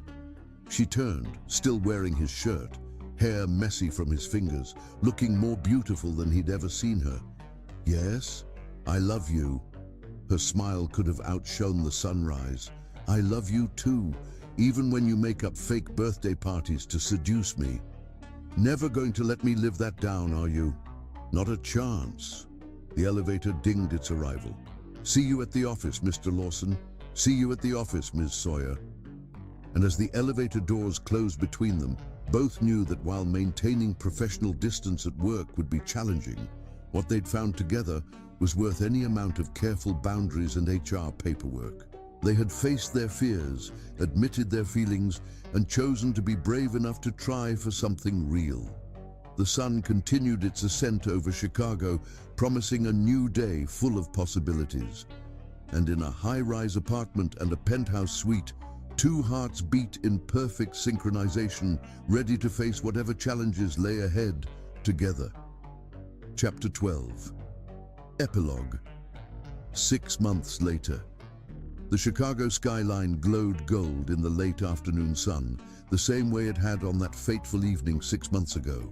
Mabel Sawyer stood at the familiar floor-to-ceiling windows of the Lawson Enterprises boardroom. But this time, she wasn't just the CEO's executive assistant. 3 promotions in 6 months, each one earned through brutal competition and flawless execution, had led to this moment. The board is staring, she whispered to Bentley, who stood close enough for their shoulders to brush, professional but intimate. Let them. His hand found hers under the conference table, hidden from view. A small smile played at his lips. Ready to show them why I fell in love with your mind first. She squeezed his hand once before releasing it, straightening her jacket as she rose. The boardroom fell silent, all eyes on her. She wore deep blue today, the same color as the dress from that stormy night when everything changed. Her natural hair was styled in an elegant crown of braids, no longer hiding behind conservative corporate styles. Mr. Lawson, members of the board, she began, her voice strong and clear. Let me show you the future. Over the next hour, she laid out a 5-year strategy that would revolutionize Lawson Enterprises. Her presentation was flawless, her command of the room absolute. She fielded questions with razor-sharp precision, turning potential criticisms into opportunities. Even the most skeptical board members found themselves leaning forward, engaged despite themselves. Bentley watched from his seat at the head of the table, pride swelling in his chest. This brilliant, unstoppable force of nature had chosen to love him, to build a future with him. Every day he thanked whatever twist of fate had given him the courage to finally break through their carefully maintained distance, even if his methods had been less than perfect. The sun was setting by the time the presentation concluded, painting the boardroom in shades of amber and rose. The board members filed out, still discussing Mabel's proposals in excited tones. Even Harrison, who'd been the most vocal critic of their relationship, stopped to shake her hand. When they were finally alone, Bentley pulled her into his arms. You were magnificent. Professional distance in the office, remember? But she was smiling as she settled against his chest. The workday ended 10 minutes ago. He pressed a kiss to her temple. And you deserve to be celebrated. That was the most brilliant strategy presentation I've ever seen. Better than your Singapore merger pitch? Much better, though I might be biased. She laughed, the sound echoing in the empty boardroom, just a little. They stood together at the windows, watching the city transition from day to night. 6 months had changed so much, yet some things remained beautifully constant, the way their hearts beat in sync, the perfect fit of her head under his chin, the electricity that still sparked whenever their eyes met across a room. "Do you ever regret it?" Mabel asked softly, "taking the risk?" "Never." His arms tightened around her. "Though I do regret the fake birthday party. Not my finest moment." "I don't know." She turned in his arms to face him. "It led us here, didn't it? Sometimes the messiest beginnings lead to the most beautiful endings." "Who says this is an ending?" Bentley reached into his pocket, dropping to one knee as he pulled out a small velvet box.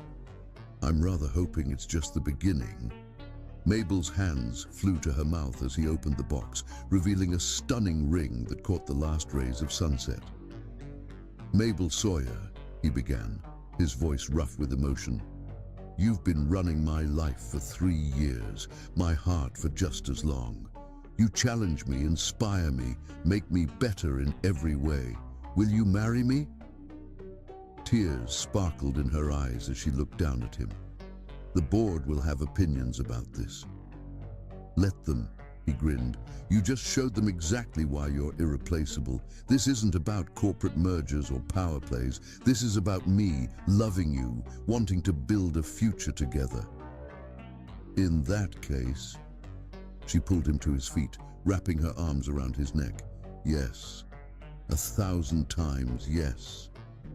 The ring slid perfectly onto her finger, as if it had been waiting for this moment. Their kiss was sweet and tender, full of promises and possibilities. "We're going to change the world together," Bentley whispered against her lips. "We already have." She smiled up at him. "But I can't wait to see what we do next." As night fell over Chicago, the boardroom where they'd maintained professional distance for so long became the site of their newest beginning. The city lights twinkled below like earthbound stars, while in the glass tower above, 2 hearts beat as one, ready to face whatever challenges lay ahead. The deception that had brought them together had long since been forgiven, transformed into a story they would tell their children someday, about how sometimes love requires a little courage, a lot of trust, and occasionally a fake birthday party to break down the walls we build around our hearts. Bentley held his fiancée close, marveling at how perfectly they fit together. In the reflection of the windows, he could see their future stretching out before them, bright, beautiful, and full of endless possibilities. "I love you," he murmured into her hair. "I love you too," she replied, her new ring catching the city lights. "Even when you make up fake parties to propose to me." His laughter joined hers, echoing through the boardroom where their story had begun and would continue to unfold, one beautiful chapter at a time. Outside, Chicago's lights sparkled like diamonds scattered across velvet, a fitting celebration for a love that had finally found its perfect moment. Some risks, they had learned, were always worth taking, and as they stood together in their glass tower, hearts beating in perfect synchronization, they knew that this was just the beginning of their greatest adventure yet. Subscribe if you love.